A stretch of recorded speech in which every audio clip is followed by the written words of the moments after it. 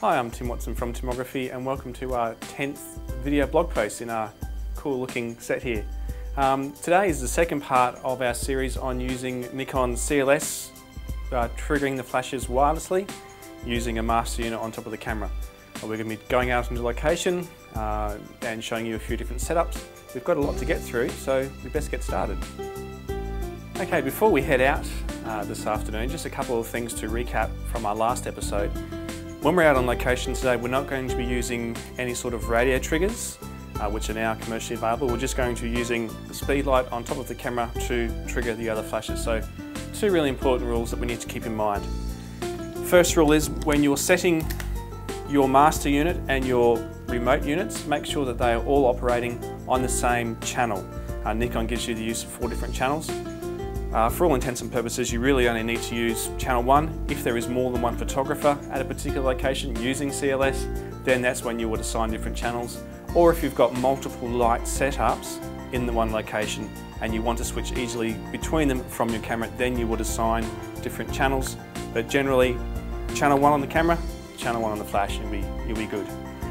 Second, and also equally as importantly, when we're actually taking the shots, make sure that the flash on the top of the camera is aiming at the remote window which is on the flashes themselves. On all these Nikon flashes, the 900, 800 and SB600, it's all on the bottom right hand side of the unit, so that when we have our flash set up wherever it may be and we're taking photographs, just make sure that our flash head is pointing at that window. If the flash happens to be on the other side, you can actually, if you're indoors or have any sort of roof, you can bounce the flash, or you can also use, as we showed last episode, the bounce card on your flash to bounce the flash or bounce the signal over to the other side of the flash. That's it, so we'll head off. Okay, so here we are on location. It's a fantastic spot. It's an old disused dairy farm, I had to think of it. Great spot though. Really lots of character everywhere you look, lots of nooks and crannies and great little sort of photo opportunities sort of everywhere you turn your head, which is nice. But moving into our first setup, what we have here is Serena. Hi Serena.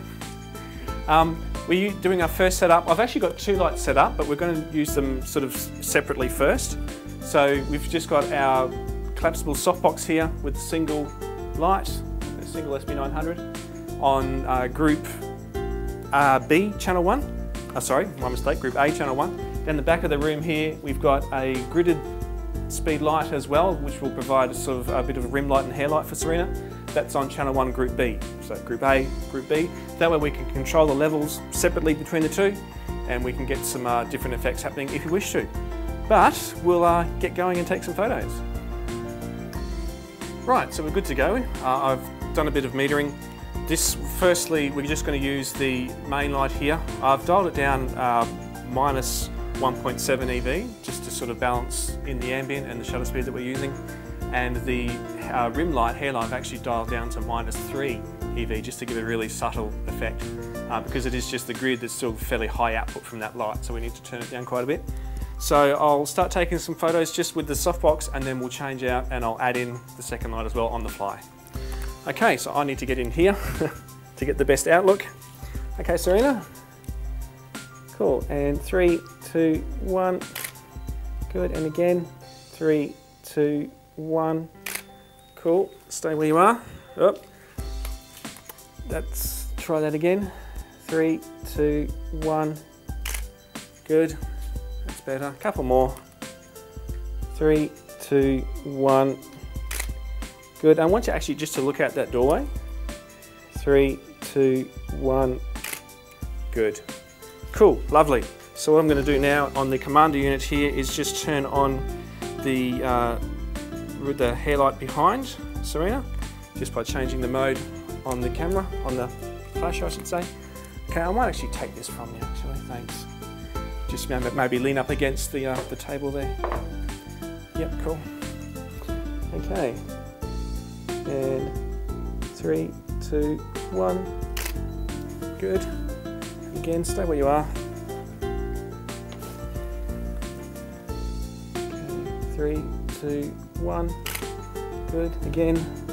3, 2, 1. A couple more. Looking really great, by the way. 3, 2, 1. 2 more shots. 3, 2, 1. Good. That's lovely. Last one. 3, 2, 1. Cool. Thank you. Okay, we're going to go and try a different setup that way. Okay, so we're back in a different location now. Just very quickly, you'll have to forgive the sound effects. There's a cow just out there, so the cow's making the noise, not me. Okay, we've changed things around a little bit. We have a single shoot-through umbrella here. What we've had to do is turn the flash body around backwards so that the sensor window is going to be facing me when I'm taking the photographs, and the flash head, we've just tilted it back around so it's facing the right direction. And up behind us here, we have hanging from the rafters a hairlight as we had last time. And same deal, we've just turned the body around so that the sensor window can see the master unit when it's going off. We're also using quite a short focal length in here, still the 24-70 lens, because it's quite bright ambient light in here. And I still want that rear flash unit to be able to see the master units, hence I haven't got a long telephoto and I'm not standing back there. Okay, so we'll take some photos. Good, up against the wall. Good, 3, 2, 1. Good. Again, 3, 2, 1. That's great. I'm just going to change the lights around and we'll take some more photos. Just going to turn that one on. Okay, and here we go. Just stand out a little bit more from the wall. Yeah, perfect. 3, 2, 1. Good. Again, 3, 2, 1. Good. And last one. 3, 2, 1. Fantastic. And we're going to move location again. Okay, so for our final setup today, we've got just a single softbox on Serena, and we're using now the setting sun, which is creating gorgeous light coming in through this doorway as a backlight for Serena instead of using flash. So we'll take a couple more shots and we're done. Back to the studio. Okay, Serena. 3, 2, 1. Focusing, there we go, and last one, 3, 2, 1. Cool, thanks. And there you have it.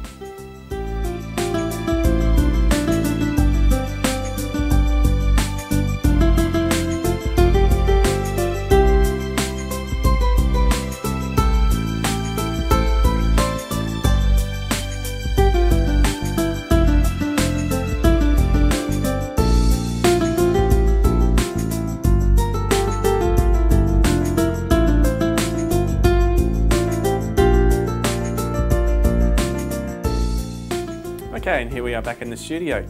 So there you go, we've successfully used Nikon CLS out on location to trip our flashes. We've come up with some great results. It's really easy to do, provided you follow those 2 guidelines, use the same channel and always aim the flash at the remotes. You'll get some great looking results. I hope you've enjoyed this podcast and our new set here. If there's anything else that you would like us to show in the future, or any hints or tricks or anything at all you'd like us to share, please send us an email at timography.net. Otherwise, we'll catch you next time.